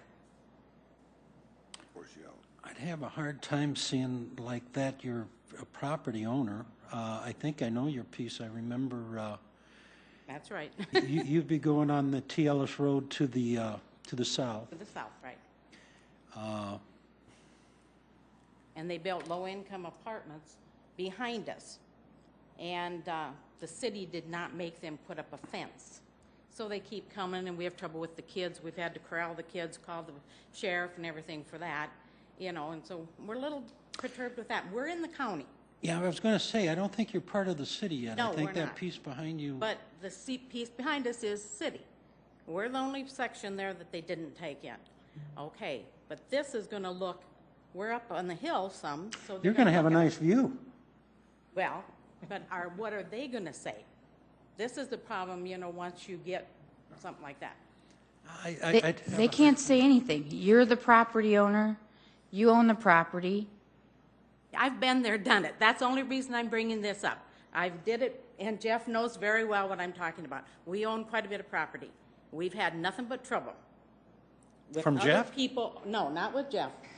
With, you know, and so this is our only concern here. We have good renters. We have a lot of guys in the shops that are making, you know, this is their living. And we don't want to start having trouble with them people not liking looking at us. Well, it's their living too, up there. So that's the great thing about it. You own the land. You're fine doing what you're doing. You don't have to do anything different. They own this land to the north of you. They're going to do something different. They can. It's the beauty of the whole thing. You might not like it, but that's the way it is. No, I don't care that they do this. I mean, it's going to be nice to look at, but I'm just worried about what is going to come back at us. Jeff will never allow Tell me it anything to doesn't come back happen, at you. because it does. And Jeff can vouch for it very well. Thank you. Yes. Thank so, you for sharing you know, that. That's the only thing I want them to know. So what you're saying is you're worried about the scenario of the person that buys a 5-acre lot out in the middle of the country, and then the farmer comes and puts his manure down on his land, and now that landowner says, hey, you can't do that, or that acreage owner says you cannot do that because it stinks. That's what you're looking at, correct? I mean, that these people down here have $1 million homes, and they're going to look up there and see a thing, and they're going to want you. That we have no control over. We're just looking at the land. Right, but I just am, you know, just to say what, you know, what happens. Thank you for sharing those thoughts with us. Is there anyone else who wanted to address this particular item this evening?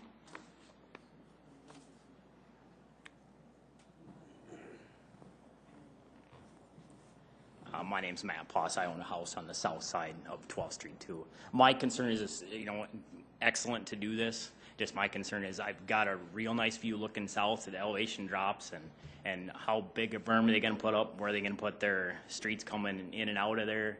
Is it going to be across from my property? And then same with the water flow issue, because it's. You live on the south side I live of what on I the call yep, 12th Street, yep, and your south view's side to of the north. Yep, and I'm looking straight north, and it actually looks downhill right now, a very nice view. And I don't, just wondering how tall these berms they're talking about building are. I mean, I wouldn't care if I looked across the street and see $1 million houses, but if I look across the street and see a 20-foot berm, that's going to concern me. Maybe we can find out the size of that berm before we're done this evening. Okay, thanks. Yes, sir.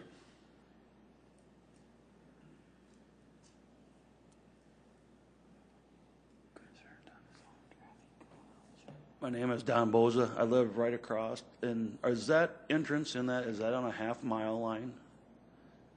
If I remember, and staff will correct me if I'm wrong, I think the main entrance was on the half-mile line. Yeah, because I live right on the half-mile line. I'm right across the road from it.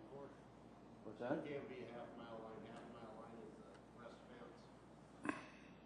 It'd be the middle of that, where that green is going up. Is that the entrance? What appears for me, looking at this map, there'll be 2 to 3 entrances. It looks like the main one, I thought the petitioner said was on the half-mile line, but we'll see if we can get a correction on that if that's not the case. I think that's where that green main. Yeah, he said, yep, he just nodded that that is the half-mile line. Okay, which is right across from my house, and I'm concerned about traffic's going to be pulling in and out of there. And that road is, somebody's going to get killed there sometime. We've got a turning lane, people passing that turning lane right now. So I'm hoping, my concern is you're going to have to knock that speed limit down, because I've lost dogs, people lost dog, pets, everything else out there. We understand we live on a highly traveled road, but this is going to be putting a lot of people coming out of that corner right out to a 65-mile-an-hour road. Yeah, potentially it could. That's my main concern there. Thank you, John. All right, thank you.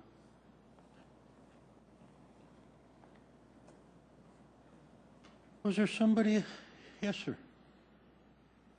I'm getting a lot of questions written down here. I hope I can remember. My name's them. Richard Cotton, and I live a little bit further to the west of the half-mile entrance. And I have a storm drain on the Highway 42, and right now the way that Soak Up has that planed, all the water will run through my yard, and my house is already flooded one other time. Yep, that line right there, right, that's where the culvert runs through, and my house flooded 3 years ago when we had that 6 inches of rain. I'm just curious, if I get any more watershed, am I going to see other issues? Another note is where that half-mile entrance is. I'm just curious if there's going to be a stoplight incorporated there. Also, the speed limit is 65, and like the other gentleman was saying, there's a turn lane, and you have traffic coming from one way 65, and then when you're trying to turn left in your house, you go in the center of the road, and other traffic is also going past you 65 miles an hour. If there's a road that people are going to want to take a right, you're in the center of the road trying to turn left. There's somebody coming up, going to try to go around the person taking a right. It's just, someone's going to get killed if that doesn't get slowed down before this would take place. And I believe it is State Highway 42. It's not a county highway, so there may be some other things to look at. I don't know how to change a state road, but the main thing is there going to be stoplights? Because, I mean, if there's a stoplight with a State Highway 42, there's going to be a lot of people.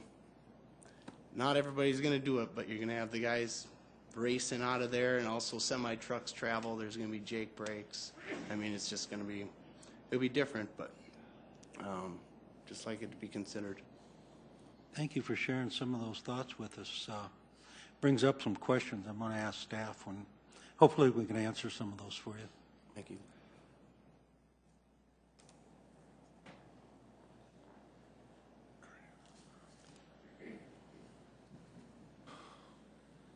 Yes, sir. Wondering, he said the road, at the beginning of this, he said the road was coming in about a quarter of a mile. Could you show that map again, Steve? Two showing entrances. Two entrances. There's 2 entrances. Okay, now is the quarter mile one, can I see where that's coming in at? Yeah, there'll be a quarter mile, and there'll be another one at the half mile, and potentially it looks like they're going to have what looks like a small entrance in and out of what on that corner. Okay, because I haven't seen, since I'm right there too, and you said a quarter and then a half mile, so I want to make sure it was there.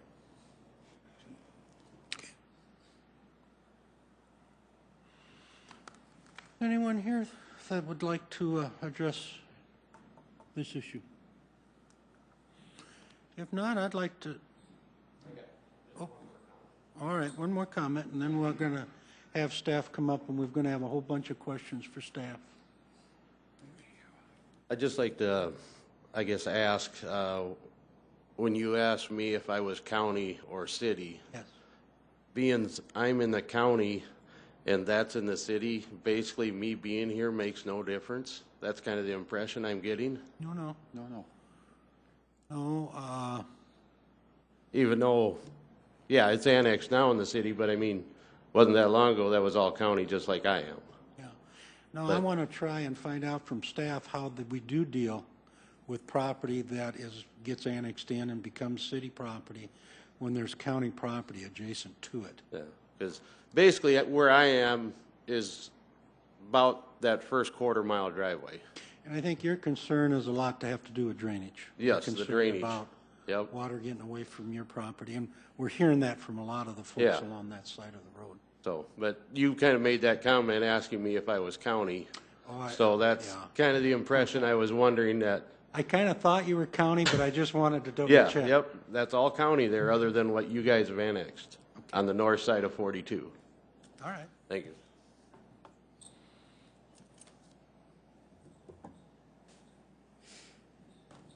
Jeff, let's walk it backwards. What is the process?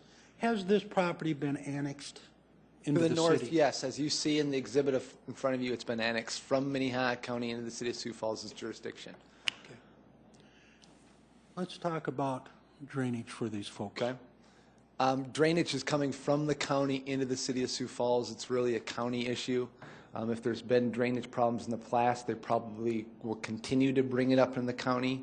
I don't know where the county's at. They've continued to talk about it comes from the south to the north, so it's still coming from the south to north. If it was coming from the city to them, we'd have a complaint and issue and go, okay, we got to address that because it's coming off our property, but it's not. It's coming off of their property to our property. No.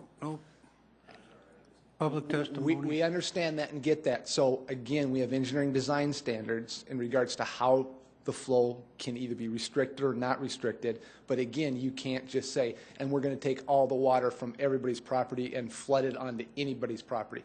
It's the same thing that all those property owners on that south side get and understand is the water's not their issue. It's coming from the property behind them. Those properties behind them shouldn't flood them out either.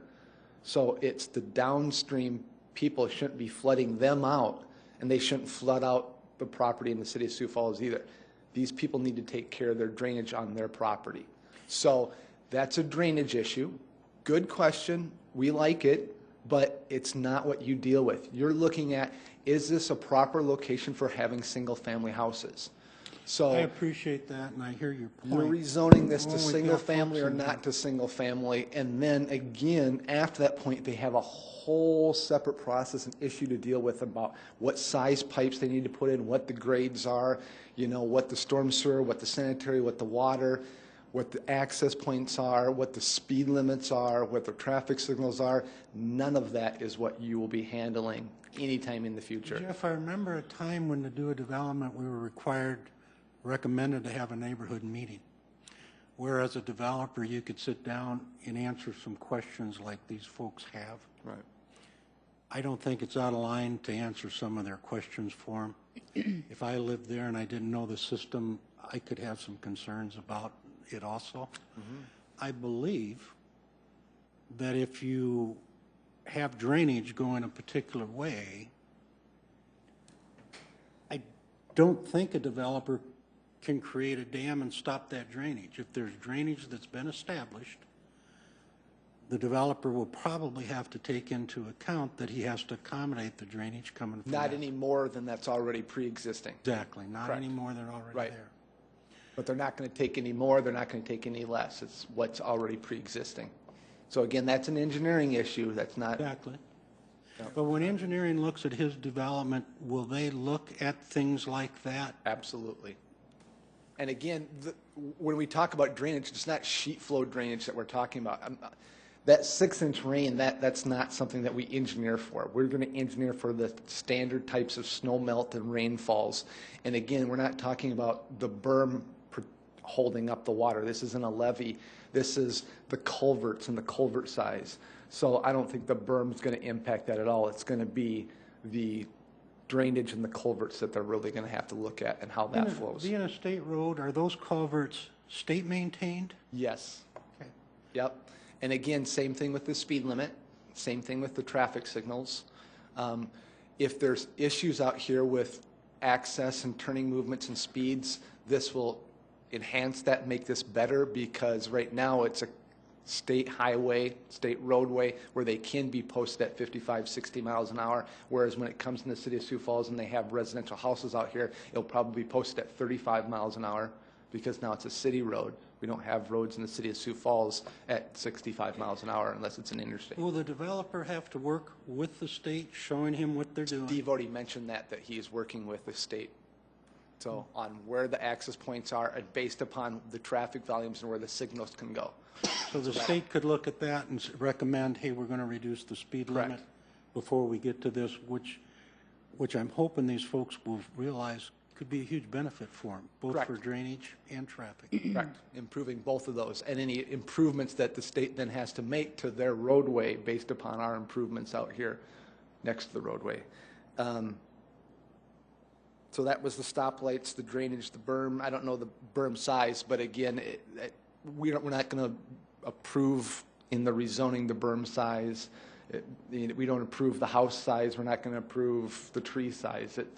We can ask about it. They can get more information about it, but it really doesn't have a difference in the berm size. I think it's going to be cost prohibitive if they put a 40-foot high berm in there. I mean, they're put a berm in there to buffer the car, which is going to be 6 to 8 feet tall.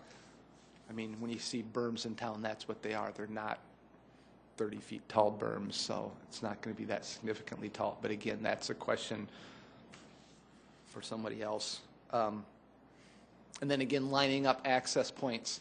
Yes, that may have some impact to the property owners to the south, but it also starts to indicate from the Department of Transportation standpoint and the city standpoints, that's where those access points will be now and forever. I mean, that's the standard that the developers and the property owners live with from an engineering aspect. A state engineer or a city engineer says the access points have to be at a quarter mile and a half a mile, and so that's where they'll be lined up in time. And then with Lucille was, Steve nailed it, basically. I talked to Lucille on the way in. She's very concerned that when the bar gets raised, is she going to be required to raise the bar too? No, she's not, but will there be questions and concerns? Yes. When people move out in the country, then all of a sudden they have cows and they go, we don't like the cows. Well, I'm sorry about that, but you moved out there. You should have known better. So we'll hear the complaints, and I'm not going to go to Lucille and say just because a nice development moved out there, you have to change anything. She gets to stay if she wants. I told her I would retire, but she doesn't want to retire. So, Jeff, for folks like this that have questions like that, where should they go if not here? To Jason, because Jason's excellent at answering all these questions. Would you advise them, if Lucille they're not says to happy me, with the answers, they certainly have the opportunity to go to council? Right, and that's the other thing. Thanks for clarifying that. This is a rezoning request, and you're an advisory board to city council. So after this, whether you live in the city of Sioux Falls or in the county, wherever you live, you have the ability to go to the next public hearing too and bring it up in front of city council. So you're saying that rather than be at a public forum to ask these questions, they should call staff and try to get We're a those lot answered? more available, 8 till 5, Monday through Friday. I mean, we're there at noon. So, I mean, people contact us. That's why we send out the letters from our office. Please call us and contact us. We can sit down and go through a lot of these details. It's not the only option they have, and it's not the last option. If they go, I still don't like your answers, they have other options. But generally, we can spend a lot of time with people and answer the questions that they have. And then again, I'm thinking, if they want to call Stephen Busker, just like when Brady was here, Brady said, give me a call, I'll try. But a lot of times the people want to talk to a third party. Thank you. Any other questions for Jeff? Seeing none, Chair would entertain a motion. I move approval of number 12. We have a motion. Would there be a second? I'll second. We have a motion and a second. Any discussion? I would say to the folks that had some questions, if they don't feel these are answered satisfactorily, I think staff is available, as they said, to sit down with you and walk through each individual item. And if not satisfied with that, there is another venue, and we're just an advisory board to the council. They will meet on this, and you can certainly contact the council or go to their meeting and either voice your opinion or ask the same questions. Anything else? Vote. All in favor will signify by saying yes. Yes. I was going to. Oh, wait a minute. Jessie had something she wanted to say. I did. I recognize that this is really a significant change as to what's been out there, but I also recognize that Sukups have been out there a long time as well. I think it's exciting. Just as Steve said, we haven't had a lake we're not the land of 10,000 lakes, unfortunately, and so we haven't had a lake developed in and around the city of Sioux Falls in quite some time. So it's going to be a big change out there, but I think the city's going to grow, and we continue to grow, and it's where we're going to see some growth. So I think it's exciting. I hope it's all good for the people of you to the south as well. But again, your views are going to change. Things are going to be different, and I get that there's some uncomfortableness with that. But again, I'm hoping it's going to be an improvement for them.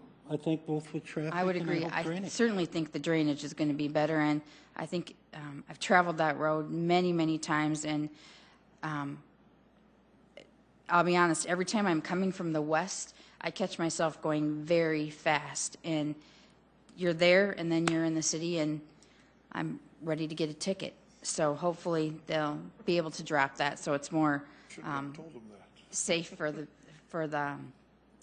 everybody out there concerned. So I hope it's good for everybody. The only other comment, Ken, is that what we're really looking at is, does it make sense, with this motion, does it make sense to have single family in that area? I mean, that's the entire scope of what we're looking at. Absolutely. With this motion. All in favor will signify by saying yes. Yes. Yes. All opposed? Motion passes. Item 13, 2013-0207, preliminary subdivision plan for Cherry Lake Reserve, addition at the northwest corner of West 12th Street and North Ellis Road. Good evening, Steve Randall, Planning Office, and I'll take a look at the preliminary subdivision plan now, which is submitted for the entire parcel, which is 138 acres total. We've been discussing primarily the conservation area and the single-family residential.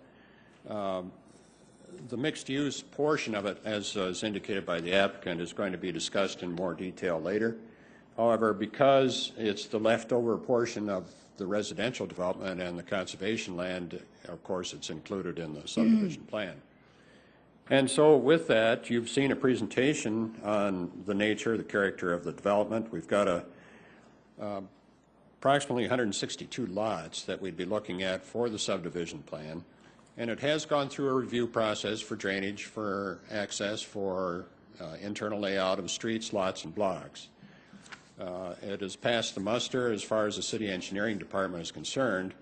There is additional detail that's going to come out in engineering development plans that would be more specific in how that drainage is handled, culvert sizes, and so on. Easements that may go across the property, and if you look at the plan, it does start to indicate some of that going on there as far as engineering design standards go. The height of the berm, of course, is still yet to be determined. The one comment that we had from zoning was that the lots that are shown along 12th along the highway did not go down to the right-of-way, and we would like to have those lots go down to the right-of-way so that that buffer treatment, that berm, and that landscaping can be incorporated into a maintenance-type easement that the lot owners would be responsible for. Otherwise, they're just kind of hanging out there in the right-of-way of the highway, and we don't have a lot of control over that. So that was one thing. I noticed on the review project today on our computer that the applicant is responding to that, has responded, in fact, to all comments from engineering and from planning in terms of getting those lots down to the highway right-of-way. We expect to have that final approval here soon. I would like to keep that condition for approval in there, though, that they continue those lots on down to the right-of-way for maintenance purposes. Otherwise, we have a complete plan. They've addressed all of the infrastructure, actually. Preliminary drainage and grading is provided, preliminary utilities, and conformance with the comprehensive plan, of course, and the major street plan. So staff is recommending approval with one condition, and that is that reads that lots adjacent to the South Dakota Highway 42 West 12th Street shall have property lines extended down to the street right-of-way and shall have an easement along the street for property maintenance of any buffer yard. We did not have any calls specifically for the subdivision plan. I believe Jason took most of them and Jeff took most of them on the zoning. That concludes staff report. Thank you, Steve. Would there be any questions for Steve? I have a question. Steve, explain why that can't be common area for the subdivision. Why do you want those to go all the way through? It looks like they're going to put a fair amount of effort into the design of the berms and the landscaping to buffer the highway. And if it's not part of the lots for maintenance and improvement, we just felt uncomfortable along the highway having that be the responsibility of, say, a homeowners association to maintain. If it's the individual lot owners, it would probably get done. There is still the possibility that that easement across the backside of those lots can be put into an agreement with the homeowners association for maintenance, but I don't know if I agree with that or not. Okay. And maybe it's just a matter of opinion, but I think when you get into development of this size, we see it all over. There's a lot of common property that's going to be developed by and maintained by the association. You know, what would concern me more is that because the property owner has control of it all the way, then anybody can do whatever they want to do. And then you're going to lose the consistency of what I think they're hoping to develop there along that berm. And so one homeowner wants to put more trees, one wants to have less trees. One, you know, I like the idea of consistency across it from the highway versus the lots running all the way. And quite frankly, then, you know, your lot size is bigger, your property taxes are bigger when this is common area to the development itself. So, I don't know. We could have further discussion, but I don't. And I'm going to echo on what Jesse is saying on this, you know, the fact that a homeowners association, especially one of this size, you're worried about them not maintaining it. Well, I'm more worried about Lot 14 owner. He goes all the way out there. Again, he doesn't want those trees in there. He doesn't want that landscaping that's going to, or those the bushes that are going to be up a little higher to offset the lights shining across the street.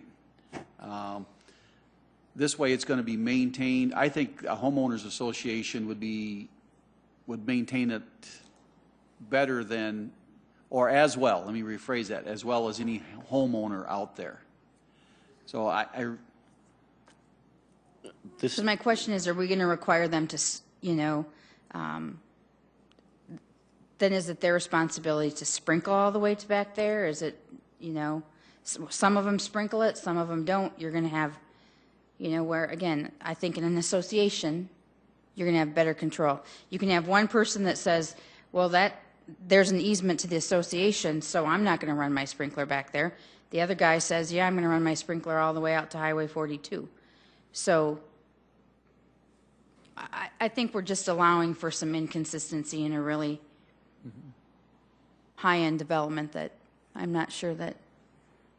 I'm just thinking out loud, but it doesn't prevent the homeowners association from doing all the maintenance and care of all that, right? It doesn't, but if I own the lot and I don't want the homeowners association to do it, If the lot comes with the easement that allows them to do it, you don't really have a choice, do you? you can. But to me, it's more of a fallback that if if something happens, the association goes away, there's somebody to maintain it, or at least tell to maintain it, versus having it just the association and nowhere to go. But I'm in a 40-year-old association right now that I wish would go away, but it's not. So, Any other questions for Steve? Seeing none, thank you, Steve. Petitioner here? Of course he's here. Steve, before you get started, I saw you passing some cards out to some of these folks. I appreciate that. Yeah, we're going to, well, if people are sticking around, we'll answer questions individually, but they can call me afterwards, so either way. Couple thoughts, I guess, kind of follow up. The berm, that berm's actually not going to be all that big, you know, because we're dropping, you know, that next street in. I mean, this 12th Street's up here, the lake's down here, you know, so we're dropping, so that, you know, that berm's going to be a little bit of a rise, but basically it's going to be down.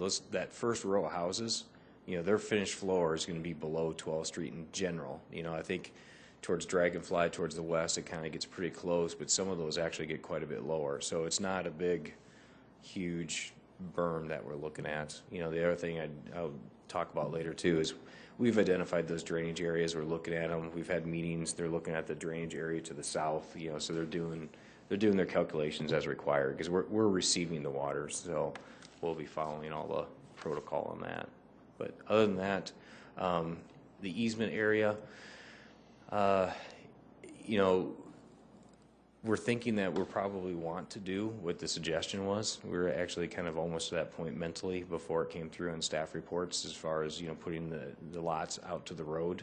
You know, it's good comments that are coming up here too. It's, you know, which way do you go? And I'm sitting here thinking, as I'm sitting here in the audience, I'm thinking about what does Grand Prairie do? You know, like all those ponds and stuff. I think, you know, I know like Prairie Tree's got a big homeowners association for their park and their bike system in there because this homeowners association is not going away. It's not a small piece of property. It's, you know, it's a lake, you know, so it's going to be significant, you know, so I guess if we can keep our flexibility, that'd be good, but, you know, we're prepared to plat those lots to the road if necessary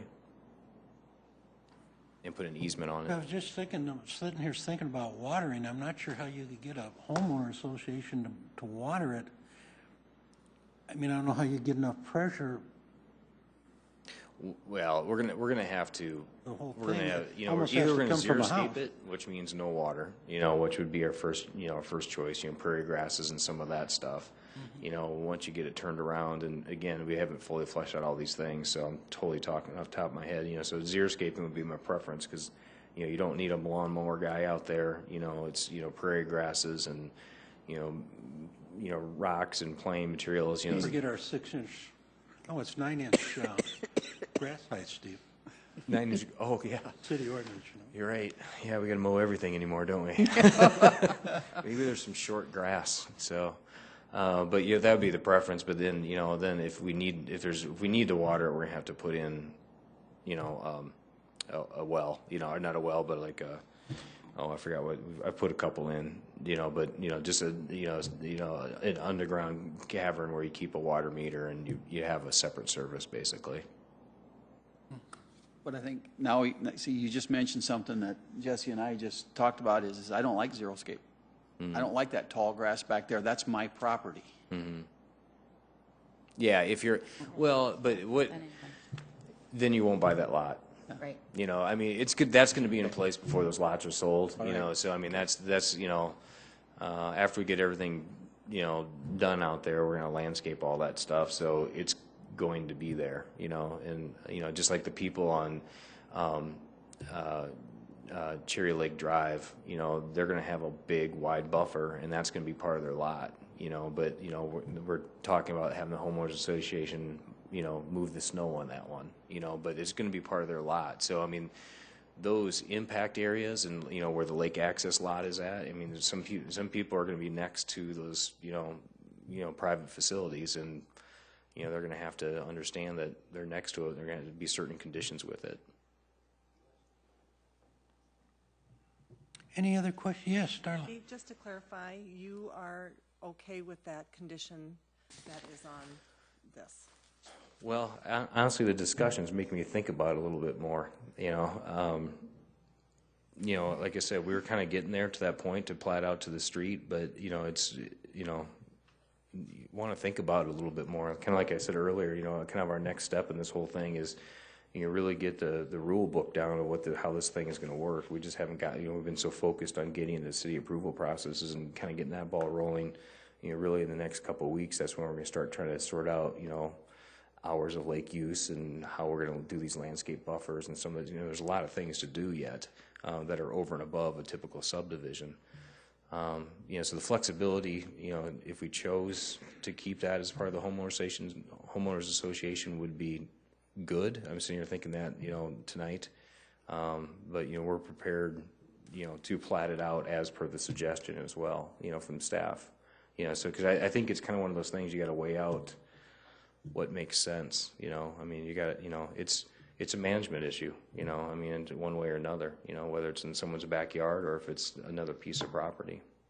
So, Steve, if we don't approve that stipulation, you may come through and extend those lots anyway. Yeah, honestly, that's the direction we're leaning right now. I mean, that's, you know, that's the way we're leaning right at the moment.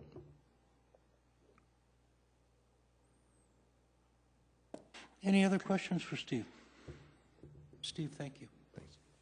Is there anyone else that would like to address item number 13?